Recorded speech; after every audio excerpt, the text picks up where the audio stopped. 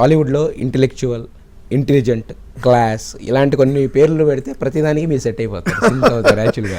ఒకప్పుడు నాకు ఈ కాంప్లిమెంట్లో అయితే భయపడాలో అర్థం కావట్లేదు. బట్ ఎనీవే నాకు పర్సనల్గా అలా అనిపించుకోవడం కొంచెం ఆనందంగానే ఉంటుంది. అంటే ఇక్కడ 2 రకాల ఇంటెలిజెంట్ ఉండే సార్. ఒకటేమో వాళ్ళ తెలివిని ప్రేక్షకుల మీద వాడి మీరు తెలివితేటలు పెట్టి చూడాలని చెప్పేవాళ్ళు. మీరు అది చేయరు, మీ తెలివితేటలని స్క్రిప్ట్ మీద, సినిమా మీద పెడతారు, ప్రేక్షకులను రిలాక్స్డ్గా ఉంచుతారు. Thank you. అది చాలా ముఖ్యం నా దృష్టిలో. ఎందుకంటే చాలామంది ఎప్పుడైనా నేను ఏదైనా సాహిత్యం గురించి మాట్లాడినా, కల్చర్ గురించి మాట్లాడినా, నేను మరి లిటరేచర్ చదువుకున్నాను, హిస్టరీ చదువుకున్నాను, పొలిటికల్ సైన్స్ చదువుకున్నాను కాబట్టి మాట్లాడుతున్నప్పుడు మీకు ఇంత తెలుసు కదండి, సినిమాలో పెట్టచ్చు కదంటాడు. సినిమా మీడియం అది కాదండి. ఉపన్యాసాలకి, లెక్చర్స్కి, సామాజిక స్పృహకి సినిమా మీడియం కాదు. దానికి మనకి యూనివర్సిటీస్, కాలేజెస్ ఉన్నాయి, పుస్తకాలు వేరే ఉన్నాయి మీడియం. ఇది కళారూపం. ఇది ప్రధాన ఉద్దేశం వినోదం అంటే విశృంఖలైన వినోదం అక్కర్లేదు, కానీ అర్థవంతమైన వినోదం ఉండాలి. ఆ వినోదానికి ఒక పర్పస్ ఉండాలి. నేను ఎంతో కొంత నా జీవితానుభవాన్ని నాకు తెలియని ఒక 500-600 మందితో ఒక థియేటర్లో కూర్చొని షేర్ చేసుకోగలగాలి. అది పర్పస్ సినిమాది. అక్కడ నేను నా ఇంటలెక్చువాలిటీని నా ఇంటలెక్చువాలిటీ నేను చాలా ఏమనాలి, ఎవరికి కనబడకుండా నేను దాచిపెట్టి సంభాషణల్లోనూ లేకపోతే పాత్రల చిత్రంలోనూ కథనాల్లో ఉపయోగించాలి తప్ప ఫ్రంటల్గా దాన్ని ముందర పెట్టి నాకు ఇంత తెలుసురా అని వాయించడం అనేది కరెక్ట్ కాదు. సో నేను అది నమ్మను అండ్ ఐఎమ్ హ్యాపీ. అలా మీరు ఎప్పుడైతే మొదలెడతారో ప్రేక్షకులు కూడా విసుగు మొదలవుతుంది. వాళ్ళు మన సినిమాలు చూడరు. ఎందుకంటే ఏంటి బాబు, నేను ఏదో కాసేపు హాయిగా వినోదం కోసం వస్తే నన్ను చంపుతున్నావు అంటారు. పజిల్ పెట్టి నన్ను మైండ్ బెండింగ్ ఇది కాదు. సో నా ఉద్దేశం ఎప్పుడేంటంటే అదొక కళారూపం కింద ట్రీట్ చేయాలి, వినోదాత్మకంగా ఉండాలి, ఆ వినోదంలో అర్థం ఉండాలి, ఒక 10 కాలాల పాటు గుర్తుపెట్టిన వినోదం ఉండాలి, ఏదో ఆ టైంకి డబ్బులు వచ్చేసే వినోదం కాకుండా.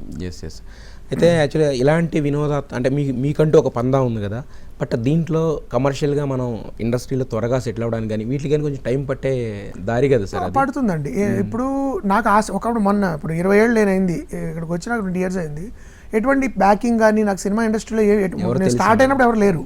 మా నాన్నగారికి అడపదడప మిత్రులు ఉన్నా వాళ్ళు ఎవరు నాకు బ్రేక్ ఇచ్చి నన్ను నిలబెట్టేంత మిత్రులు ఎవరు లేరు. జంజాల్ గారు తెలుసు, వాళ్ళందరూ తెలుసు, బాపు గారు మిత్రులు. సో నేను ఎవరి దగ్గర అసిస్టెంట్ దగ్గర పనిచేయాలి, అసిస్టెంట్ డైరెక్టర్గా పనిచేయాలి. నేను ఒక ఫిల్మ్ స్కూల్లో చదువుకొచ్చా. ఇంగ్లీష్ ఎడ్యుకేషను అంటే ఇంగ్లీష్ లిటరేచర్లో MA, MPhil, MFA in film making, PhD చేస్తూ వదిలేసి వచ్చాను. ఇవన్నీ ఒక విధంగా ఆ టైంలో డిస్క్వాలిఫికేషన్ సినిమా చేయాలండి. ఇంత చదువు ఇక్కడికి ఎందుకు వచ్చావా అని అంటారు. సో ఆ టైంలో కాదు, నేను గ్రహణం తర్వాత ఆ పందా ఎంచుకుని ఉంటే ఒక ఇంటర్నేషనల్ ఫిల్మ్ ఫెస్టివల్స్ పందాలో వెళ్ళిపోయాడిని. అంటే లిటరీ అడాప్టేషన్స్ అని, సీరియస్ సినిమా, ఇది మన వాళ్ళకి కాదు, మా కామన్ ఆడియన్స్ కాదు, ఒక ఇంటర్నేషనల్ ఆడియన్స్కి ఆ సినిమా భాష వేరు, గొడవ వేరు కాదు. నేను నా సినిమా నా ప్రేక్షకుల కోసం తీయాలి. ఓకే, ఈ ప్రేక్షకులు అనేవాళ్ళు వ్యాక్యూమ్లో ఉండరు, వాళ్ళు ఒక తరహా సినిమాకి చూడడానికి అలవాటు పడి ఉంటారు. కాబట్టి నేను ఏదైనా కొత్త తరహా శైలిని కానీ ఇడియం కానీ పరిచయం చేయాలంటే నేను ఎంతో కొంత ఆడియన్స్తో నెగోషియేట్ చేయాలి. అరే బాబు, ఇదిగో మీకు కావాల్సింది నేను కొంత ఇస్తాను, నాది కూడా ఒకసారి చూడండి. ఈ నెగోసియేషన్ ప్రాసెస్ అనేది నేను స్టార్ట్ చేశాను అష్టాచమ్మతో. తర్వాత ఓకే, హ్యూమర్ నాకు కూడా ఇష్టము, తెలుగు వాళ్ళకి హ్యూమర్ అంటే చాలా ఇష్టం. సో హ్యూమరస్ ఫిల్మ్స్ తీయడము, తర్వాత కొన్ని గోల్కొండ హై స్కూల్ లాంటివి, అంతకుముందు అదర్. సో నేను అనుకున్న సినిమాలకి ఆడియన్స్ ఏర్పడుతూ వచ్చి, అరే ఈ సినిమా అంటే మనం నిశ్చింతగా వెళ్ళి చూడొచ్చు, కంగారు పడక్కర్లా, పిల్లలకి కళ్ళకి మనం గంతలు కట్టక్కర్లా, ఇలాంటి ఒక రావడం వల్ల నాకేంటంటే నిర్మాతలు కూడా నా దగ్గర ఇప్పటికీ వచ్చి మంచి సినిమా చేద్దాం సార్ అనేవాళ్ళు ఉండవు, ఒక అదృష్టం. ప్రేక్షకులు కూడా మీరు ఇందాక అన్నట్టు ఒక there is a certain section, ఒక ఈ సినిమా అంటే మనం రావచ్చు, బాగుంటుంది అని ఇది ఏర్పరచుకోవడానికి టైం పడుతుంది. అండ్ ముఖ్యంగా మీరు పందా కొంచెం వేరేగా ఉండాలని అన్నప్పుడు పడుతుంది. అదే సార్, మరి ఇప్పుడు అనిపించలేదు, రిగ్రెట్ అనిపించలేదు? ఎందుకంటే ఇప్పుడు ఇన్ని కమర్షియల్ హిట్స్ మీరు చేసిన కమర్షియల్ హిట్స్, నేను అన్నట్టు ఇంతకుముందు సోకాల్డ్లో కమర్షియల్ సినిమాలతో వచ్చి ఉంటే వేరే కష్టం, దేనికైనా సేమ్. ఇంకొక మాటలో చెప్పాలంటే దీనికే ఒక % ఎక్కువ ఉంటుంది. ఎందుకంటే ఇప్పుడు ఫార్ములాలు కాదు, దాంట్లో ఉండే స్టార్ కాస్ట్ పరంగా కానీ వీటి పరంగా కానీ. మరి ఇప్పుడు ఒక చిన్న రిగ్రెట్ అనిపించదు. ఎందుకంటే చాలా స్పష్టంగా ఎంచుకున్న మార్గం ఇది. పరిస్థితుల ప్రభావం వల్ల నేను ఇటువైపు వచ్చేసానండి, అటు వెళ్తే నాకు చాలా అవకాశాలు వచ్చాయి.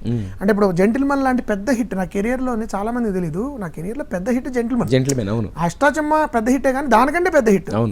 అలాంటి సినిమా తర్వాత ఎవరు అమితుమి చేయరు. నెక్స్ట్ పెద్ద స్టార్ కి నాని అయిపోయింది, నాని తర్వాత లెవెల్ ఏదైతే మనకు ఉంటాయి కదా కేటగిరీస్, Tier 1 Tier 2 అలా ఊహిస్తారు. కానీ నేను నాకు నచ్చిన సినిమాలు చేయాలి, మంచి హాస్యరస చిత్రణ చేయాలి, కొత్త వాళ్ళతో చేయాలి అని అనుకున్నట్టు వెళ్ళాను. తర్వాత సమ్మోహనం అనేది కూడా నేను ఎప్పుడు ఈ స్టార్ ఏంటి, ఈ స్టార్కి మార్కెట్ వాల్యూ ఏంటి, ఈ స్టార్ వల్ల నాకెంత ఉపయోగపడుతుంది, నా కెరీర్ ఎంత ప్రోగ్రెస్ అవుతుంది, ఇలా ఆలోచించకుండా ఈ కథకి ఎవరు సరిపోతారు, ఈ కథకి ఎవరు బాగా న్యాయం చేయగలుగుతారు, ఈ నటుల్లో నాకు నచ్చిన అంశం, ఇలా వీటి మీద వెళ్ళడం జరిగింది. సో దానివల్ల మీరు అన్నట్టు కష్టం